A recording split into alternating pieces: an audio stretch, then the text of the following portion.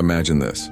Two armies in World War I stuck in muddy trenches suddenly stop shooting, just to celebrate Christmas together.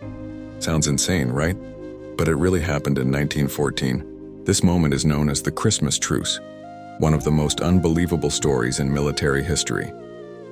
It's December 1914, just months into World War I. On the Western Front, German soldiers are freezing, starving, and stuck in trenches filled with mud and rats.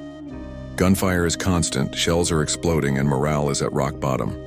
Nobody expected the war to drag on this long, and everyone is miserable. But then, Christmas Eve arrives. That night, British soldiers heard something unusual across no man's land.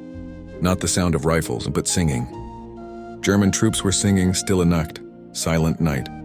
At first, the Brits thought it was a trick, but then they joined in. So you've got both sides, enemies who had been trying to kill each other, literally singing the same Christmas carol across the battlefield. That's just wild. On the morning of December 25th, German soldiers started stepping out of their trenches, waving and shouting, "Don't shoot!" Slowly, the British came out too. And there it was.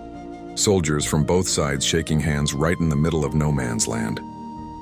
They traded gifts, cigarettes, chocolate, beer, even buttons and badges from their uniforms. And yes, they even played a football match.